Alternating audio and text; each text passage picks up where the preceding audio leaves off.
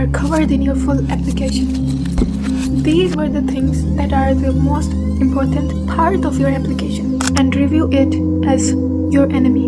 Whole application, thing like not related to personal statement or like grades or activities, nothing, but they are important in your application. One thing is your documents. You need to apostille your documents really well. Like, you might have the perfect application but still get rejected if your documents were not verified. Students are really confused about getting apostille. It's really simple. Like, for example, this is my real document. I get a print of this document. Like, this is print of this. This is the real document, and this is the print of this document, like colored print. And what you have to do is send this photocopy to the apostillation center. They will put an apostille stamp to this photocopy, and with that apostille stamp, this photocopy is have now become a real document. And this is a real document now because it has an apostille stamp from the embassy. And now you have to send this apostille document as a real document to the university, and it will be considered as a real document. But you still have your original document. You just send a photocopy that had apostillation stamp, real apostillation stamp. That's how apostillation is done. That's it. Okay, apostillation of documents done. And the other thing is the extra documents. What you can do is make it more visual, like make it more pretty. Like extra documents, what you can do is make collage or diagrams or something like that. And what those things will do, shorten something really big events, or makes explain something really short things. For example, I did some volunteering. I also submit the certificate of being a part of some event as a volunteer, but what I will also do is make a collage and paste the pictures of that event, like where I was volunteering, where I met some people, where I met like this big personality or something, or a picture of me getting an award. So what it will show that, because in that event there might be 20 volunteers, but if I show the pictures, and in the pictures you can always see me being in the front, it will also show that I'm more, like, I have more value, I'm more leading in things, I'm leading the places where I am. So it will show your leadership skills also, and it will also show your experience, and it will also make things more visual. This is to explain something really short, but to explain it, but also explain something very diverse in in just one paper. So what I did was I had some blog that I used to write things like quotes or something, and I used to do freelancing as well, and I did some like course and different kinds of freelancing. So what I did was take 2 or 3 screenshots from everything and made the collage. In center there is something that I write, like works that I have done, blogs that I've written, like freelancing works that I've written, or like reviews of my freelancing work, and paste the pictures in that paper. Not paste, I made that paper online and then printed it. And also I had research papers and articles published in my field. I could not submit 5 research papers in the application. So what I did was take the front page screenshot of the research paper or article and then pasted it in the paper. Now, and along with the link and kind of QR code, so that you can scan it and open the full research paper or full article.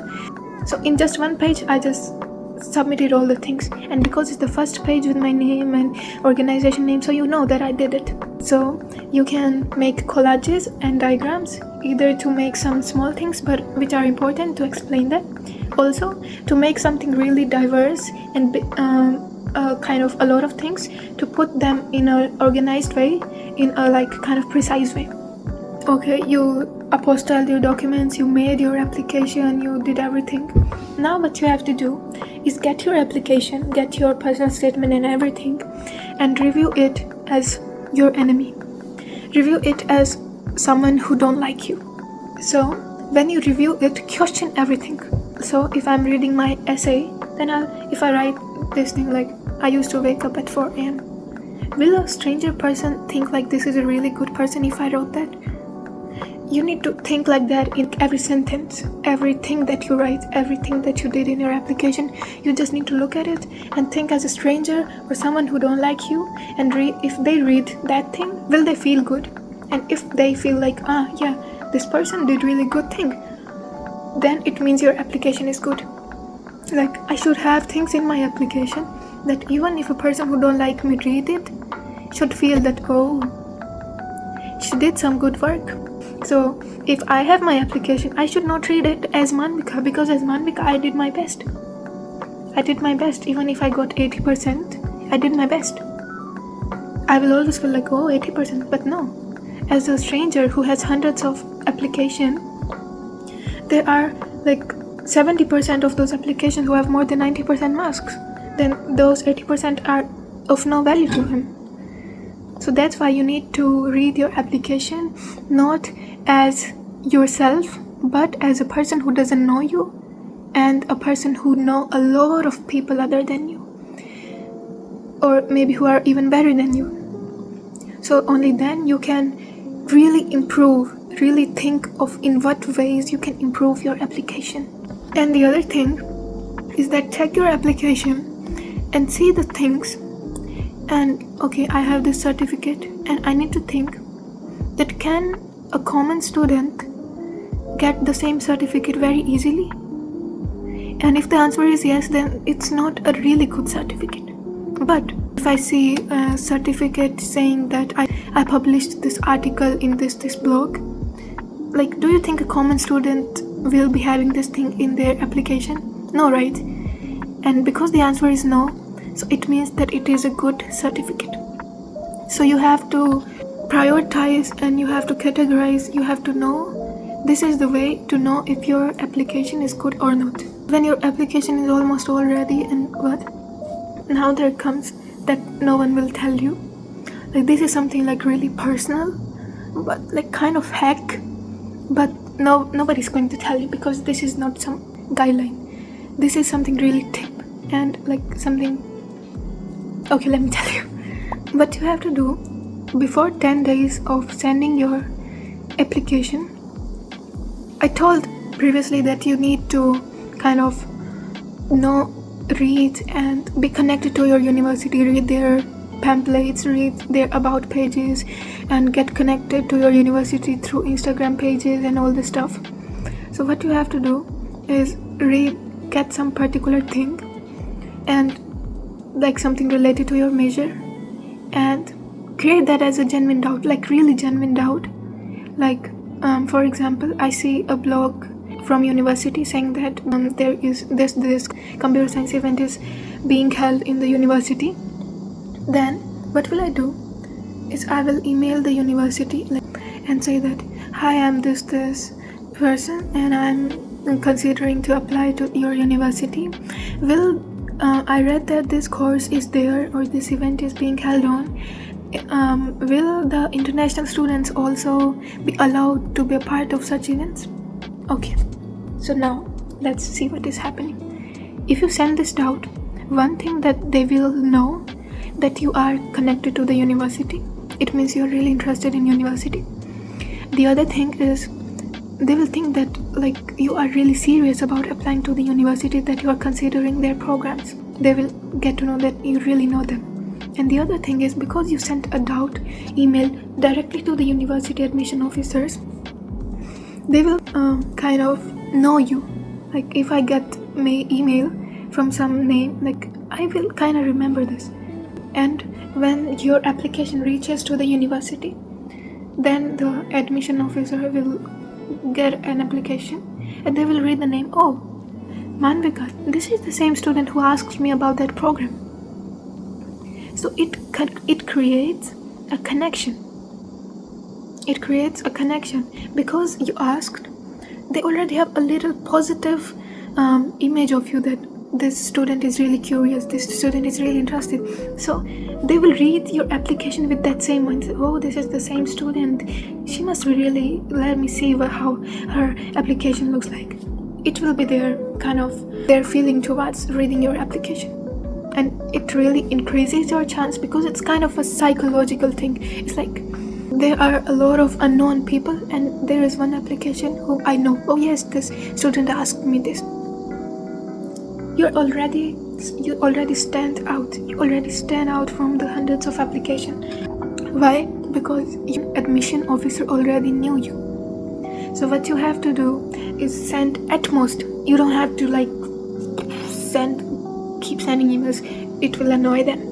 You don't have to annoy them, you have to be really genuine. So you have to send 2 emails to the admission officer asking some really genuine questions. You should not be asking will I get selected to your university? You don't have to select how to apply. Ask really particular, really genuine doubts. This thing will really work. And after your application sent, so when you know that your application has reached, what you have to do is write an email to the university and say that I'm Anvika, I applied to this. You don't have to say I'm Anvika. You have to say your name, I'm this, and I applied to your university to this department, and I'm really honored to be able to apply to this department and maybe be a part of this in future.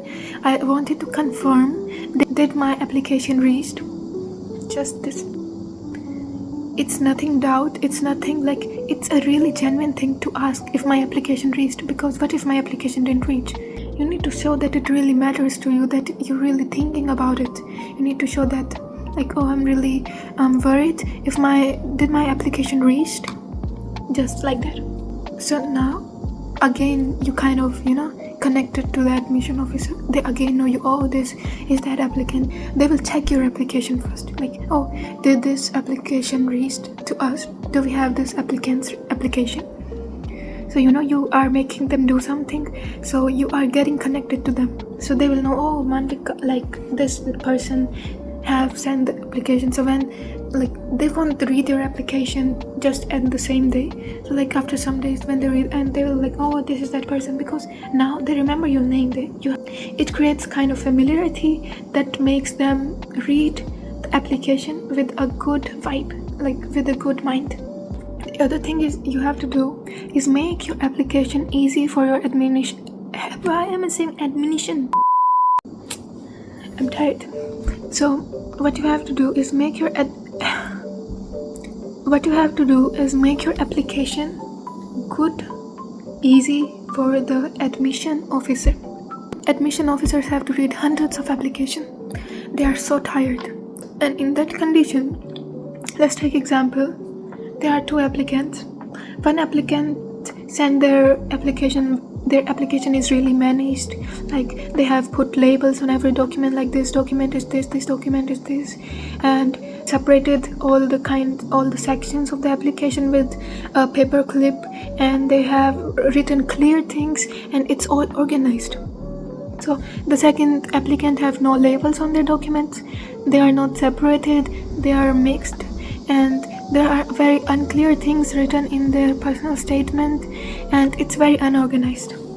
So even if the second profile is better, the student is a topper or anything, because the admission officer is already annoyed after seeing that application. So they will read the application negatively, even if it has good things.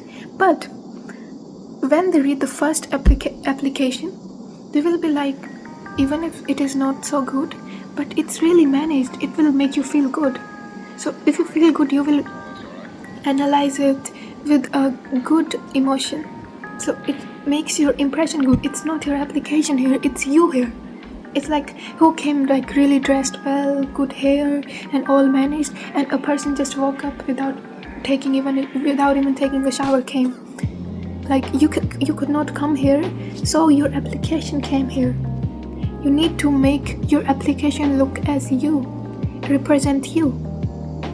It's just the same as that. If you don't label your documents, you send your apostille Aadhaar card. Here, nobody knows what Aadhaar card is. they'll have to search like what is Aadhaar card. So you don't have to make them work so hard. You just put a label on it that national identity. It makes the work so easier. And this is because these people like things very managed. These people like things to be very managed and like in organized way. That's why you need to make your application really managed and organized. These are all things that you can focus in your application. Done. There are some really short, like there were big things, then smaller things in them, and then really small things, but still same important and valuable. So some bonus points that I think that you should keep in your mind while like all the process. One thing, respect the deadlines. Don't be like, oh, the deadlines are closing tomorrow and I'm sending my application today. No, you don't have to be like that. Won't even reach. All of your efforts are gone in vain. So what you have to do is, if you are sending your application to embassy, then send it almost a week before deadline, because it's in India, so at most it won't take more than a week. But if you are sending your application to South Korea through university track, then you have to send it 15 days before minimum. Like I'm talking about India, I don't know about other countries. So your application, if you are from India, then you need to send your application at least 15 days before the deadline. Only then it will like reach the university at exact time. So what you have to keep in mind is your application should reach the destination before 5 days of deadline. 5 days is minimum. It should reach even earlier, but at least 5 days before the deadline, your application should reach. It also shows that you are like respecting time. It shows like your whole application shows you. If your application is reaching exact on the deadline, it means you are not serious. But if your application reaches 5 days before or a week before, it shows that you were really serious about it. You just sent your application, it means you were ready. The other thing, if you read the guidelines, then they say that the personal statement should be typed in Times New Roman font. Or maybe, I don't know, in the new application it might change. So do things as they say. If they tell you to write in some font, write in that font. Don't write in another font. It just exactly shows that I will do something really opposite than what you say. It's like your mother told you to go that side and you said, okay, I'm going that side. That if they tell you to write your personal statement or something in such font, then write in that font. Exactly that font. If they tell you, for example, if they tell you to write in Times New Roman font, then write in that. Don't write in Calibri font. The third thing is that don't lie or exaggerate in your application or in your personal statement or in your recommendation letter, because they cross-check. Admission officers cross-check your application, cross-check your certificates.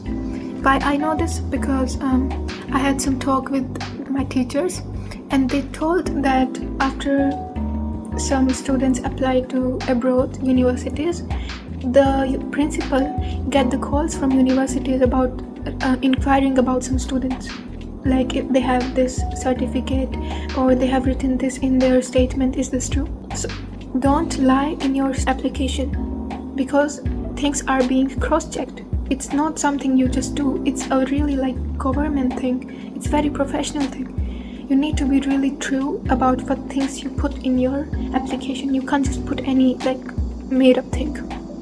The fourth thing is that don't use AI. We are in the world of AI. This is an era of AI. We don't have to use AI, because the first thing they will do with your essay is put that through AI checking.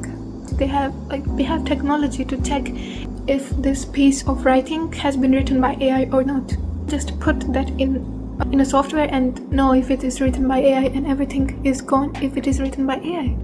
Your whole application is stamped to be AI written. You can't do anything about it, even if the best thing written by AI. so don't write by AI.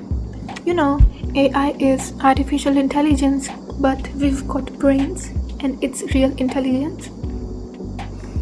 We are not supposed to use artificial intelligence when we have got real intelligence. Use your brain to write. It's your future. You have to write about your own future. You have to write about your own self. Write yourself. It makes it really better. The fifth thing is that don't use sophisticated or very hard or high level vocabulary. Please know that South Korea is not a native English speaking country. Most population here knows Korean. They don't use English in their daily life. They don't use English most of the time in official things. People who will be checking your application are not native speakers.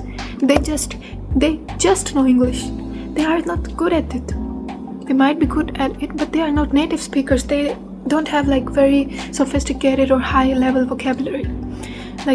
You just need to express yourself in simple words to make it better for them to understand, to make it easy for them to understand what you are saying. You don't have to show off your vocabulary. You don't have to say that this field is multifaceted. You just have to say this field have a lot of sides, a lot of diverse things. You don't have to say that I'm a benevolent person. You just can say I'm a kind person. It makes things easy for them to understand, and it makes writing clear. You are not a literature or something like that. If you're applying for literature, then you are free to use those vocabularies. But try to keep your writings, personal statement and stuff, in simple and easy to understand words. And the sixth thing that I will say is you should join Reddit groups or Discord servers or Instagram chats or WhatsApp groups or Telegram groups about study abroad, study in Korea, or GKS or other scholarships as well. And just if you have this goal, if you have this thing in mind, then be connected to those groups. I told before, be very social label, be connected. For example, when I was applying for GKS, I was connected with a group called as maybe GKS Scholarship in Reddit, and there used to be a lot of students posting their doubts or posting their recommendations in that group always. So they really help you. If you really have some doubt, you can also post your doubt. So people who have already got the scholarship, they will answer your doubts in those groups. And I will end. In the end, I would say read the guidelines. Read the guidelines that are made for the scholarship. They are made for you. They are made for you to read. So read them. Word to word, read them. Almost everything will be clear for you about the scholarship if you read the guidelines. You should read the guidelines because it is made for you. Written very well. I read the guidelines and I feel if someone read the guidelines, they won't have any question left. It's really good. So please read the guidelines. After this video, if you have really time, want to get the scholarship, please read the guidelines. The previous year guidelines, the guidelines changes, but the main core doesn't change every year. So if you read the guidelines, you already know what the things are there. So read the guidelines. I repeated it a lot of times, so you should know how important it is. That's it.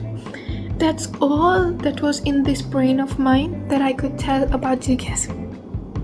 If you still have more queries left, then tell me in the comments.